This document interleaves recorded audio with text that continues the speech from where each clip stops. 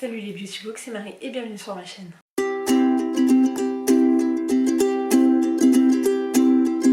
J'espère que vous allez bien, on se retrouve pour une nouvelle vidéo et un nouveau type de vidéo puisque je n'ai jamais fait ça avant, mais j'ai pris l'idée un peu sur Lorraine des mots de l'imaginaire puisque je me posais un peu la question des formats que j'allais vous proposer ici, et c'est vrai que de vous faire des objets de lecture ça fait des redites avec certains vlogs, et pour couper la poire en deux, parce que ça m'intéresse quand même de vous dire un peu plus en profondeur ce que j'ai pensé de tel ou tel livre, je me suis dit que j'allais le faire à la fin de chaque saga. Voilà, ça permet d'éviter de répéter 3000 fois la même chose, sachant qu'on répète déjà 3000 fois la même chose dans les vlogs. Mais là c'est de vous faire mon avis final sur une saga entière. Voilà, vous donner tous les éléments, ce que j'ai aimé, ce que j'ai pas aimé, mon avis d'ensemble et un peu plus détaillé tome par tome sans spoil. Dans tous les cas, il n'y aura aucun spoiler ici. N'hésitez pas à me dire si ce format vous intéresse et vous plaît. Je vous laisse réagir dans la barre d'informations, enfin dans la barre de commentaires. N'hésitez pas dès maintenant à, si ça vous plaît, à vous abonner, à commenter et à aimer, parce que ça fait toujours plaisir, ça me motive encore plus. Et donc aujourd'hui on va parler de la saga que je viens de terminer, la dernière saga que je viens de terminer, et il s'agit de Seven Realms. Donc Seven Realms, ou les 7 royaumes en français. Il s'agit d'une saga de 4 tomes. Donc le premier tome de cette saga est sorti en 2010, que ce soit en VO ou en VF, enfin en tout cas c'est les infos que j'ai. Si elles ne sont pas bonnes, je les mettrai juste là. Et donc je pense que les autres ont continué. Donc dans cette saga, le premier tome est The Demon King, ou le roi démon. Ensuite nous avons The Exiled Queen, ou la reine exilée. Oups là, je vais essayer de ne pas tout faire tomber. Nous avons également The Greywolf Throne, donc le trône des loups gris. Et pour finir, The Crimson Crown, ou la couronne écarlate. Voilà, donc chaque tome fait à peu près 500-600 pages. Je crois que c'est à peu près la même chose. Sachez que si vous voulez le lire, donc ils sont disponibles en VO, donc là c'est la version VO, mais pour ma part je les ai lus en français, tout simplement puisqu'ils sont hyper difficiles à trouver en papier en français, donc regardez s'il n'y a pas en occasion, mais ils sont très facilement trouvables en e-book, en tout cas en français, si vous voulez lire cette saga et que vous n'avez toujours pas lu, enfin que vous ne lisez pas en VO. Voilà, je peux pas vous dire le niveau d'anglais, mais je pense qu'il est pas hyper compliqué. Il s'agit d'une saga que moi je situerais, enfin qui est un peu démontré comme étant du young adulte. Je trouve que c'est un petit peu plus poussé que le young adulte, mais pas assez pour que ce soit de l'adulte. C'est une saga qui peut être une bonne transition entre du young adulte et de l'adulte, et voilà, c'est une saga qui est vraiment doudou. On en entend pas vraiment beaucoup parler de cette saga. Moi, comment j'en ai entendu parler, me suis pris il y a pas longtemps. Est-ce que je vous ai dit le nom de l'autrice? Je ne suis même pas sûre. Cecilia William Shima. Voilà, elle n'est pas très connue non plus. J'en ai entendu parler puisque j'ai acheté le tome du spin-off de cette saga que j'avais vu sur une chaîne d'une américaine. Et la couverture j'avais adoré, sans savoir qu'en fait c'était un spin-off. Et quand on a terminé Throne of Glass avec les filles, c'est Alix qui nous a proposé cette saga. Comme ça, j'avais pas dit que j'avais la saga spin-off. J'ai dit bah vous voulez pas commencer par la saga que j'ai.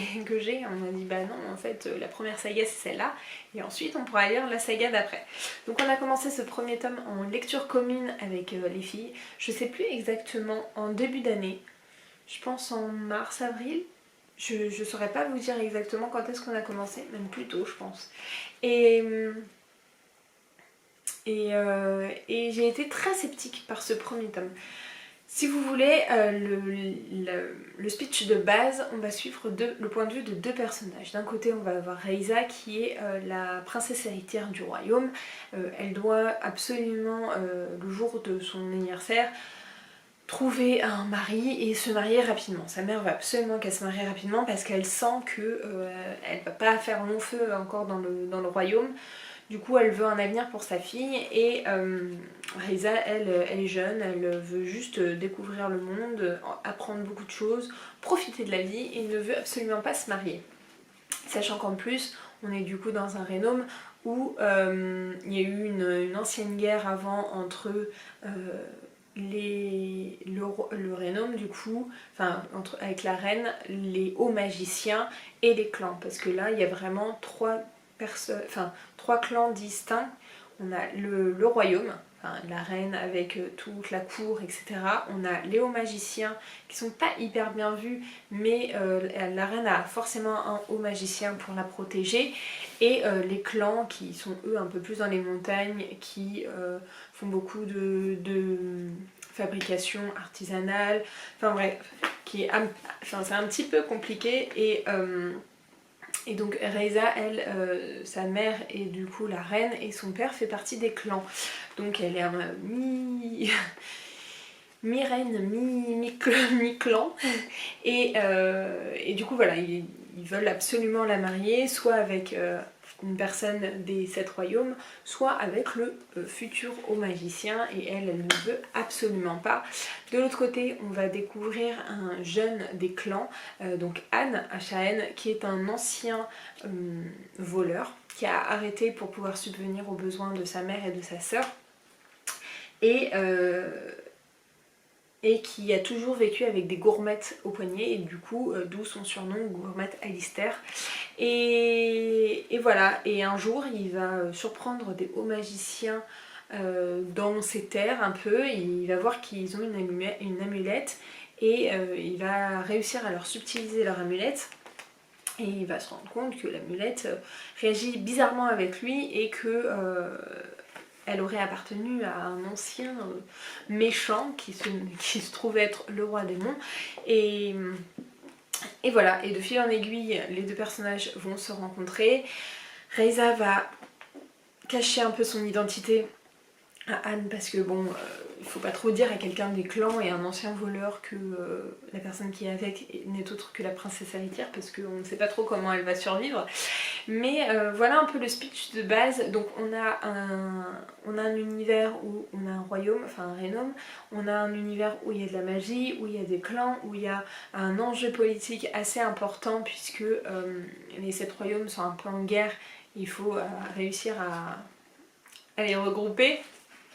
Et ces 3 clans là différents sont en guerre aussi, et personne ne veut bosser avec personne. Et voilà, je dois vous avouer que ce premier tome, la moitié, les 2 tiers, j'ai été très sceptique. J'ai eu beaucoup de mal parce que en plus dans les clans, toutes les personnes ont un surnom, donc c'était très difficile d'arriver à se projeter, de savoir qui était qui. Enfin, j'étais complètement perdue, très sceptique. Je voyais pas trop où l'autrice voulait nous emmener, mais une fois que j'ai eu le déclic, je vous avoue que le reste a été un énorme coup de cœur. J'ai un attachement hyper profond pour les 2 personnages principaux, mais aussi pour les autres personnages, puisque en fait il y a pas mal de personnages et tous ont une grosse importance.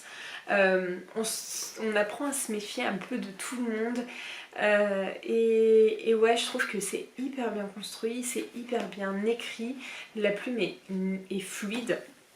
Donc là dans ce premier tome on va vraiment poser les bases, vraiment expliquer un peu qui est qui, comment... Enfin voilà, l'intrigue que je viens de vous dire en fait, c'était surtout ça. Et alors il faut savoir qu'à chaque fin de tome, on a un méga cliffhanger qui a envie de nous donner la suite. Donc voilà, celui-ci, ça a été un 5 étoiles sur 5 je crois, parce que le début, bah, j'ai été très sceptique, et du coup on a quand même perdu une personne en route dans la LC, puisque...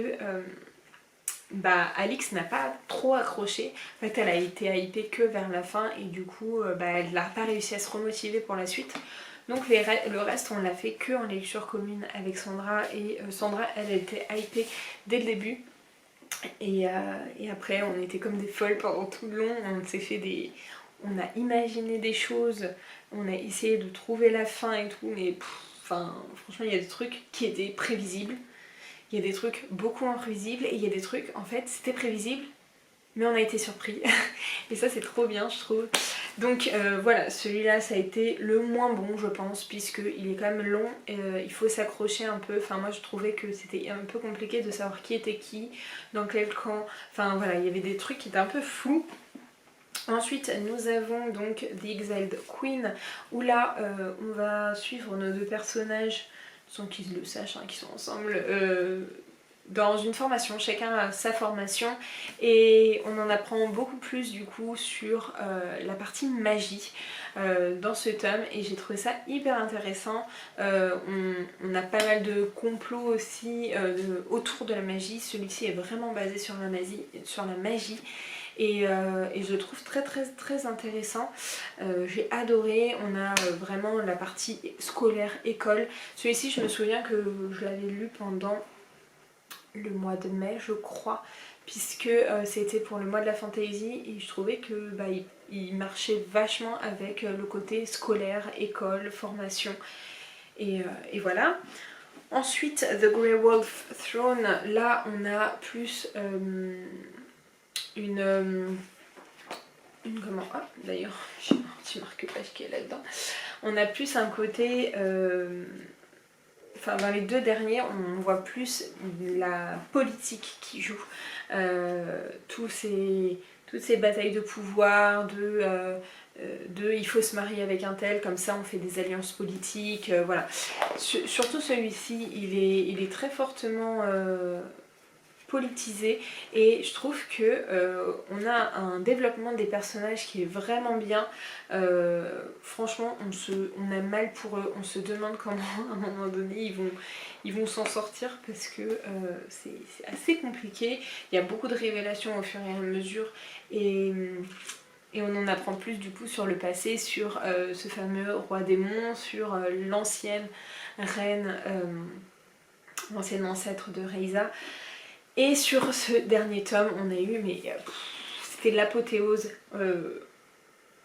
Sur les 100 dernières pages, on avait très peur avec Sandra, parce qu'il y avait énormément de choses qui s'étaient rajoutées comme problème. Et on s'est dit, mais comment en 100 pages, on va réussir à tout conclure? Comment on peut ne pas bâcler cette fin? Et je vous assure que cette fin n'a pas été bâclée.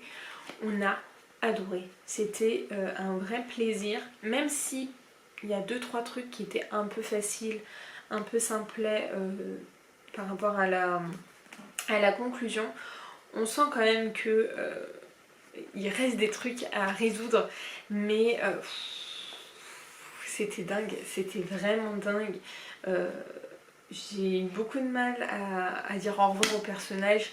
Et ouais, ce tome était fou, c'était vraiment un énorme coup de cœur, puisque ça m'a tenu en haleine tout du long. Et franchement, je me suis vraiment demandé comment Cyndaria Williams-Shima pouvait conclure cette saga comme ça. Et je trouve que c'est un pari réussi. Donc voilà un petit peu mon avis sur cette saga. En plus, regardez-moi ces couvertures, je les trouve trop belles. Alors la saga spin-off sera elle sur 20 ans après, et je crois que c'est une autre région. Je crois pas que ça soit exactement sur ce Rhénome là, je pense que c'est sur une autre partie du royaume. Trop beau. Franchement j'aime trop les couvertures. Je les trouve trop belles. Pourtant je suis pas fan des paperbacks d'habitude, mais cette saga, elle est trop cool. Donc voilà un peu ce que j'en ai pensé. Si vous voulez foncer, si ça vous a convaincu, si vous aimez les intrigues politiques, que vous aimez quand même la young adult, mais la young adult pas niaise, enfin il y a des moments qui sont un peu niais forcément, mais bien construites, avec une bonne intrigue politique, avec des choses bien construites.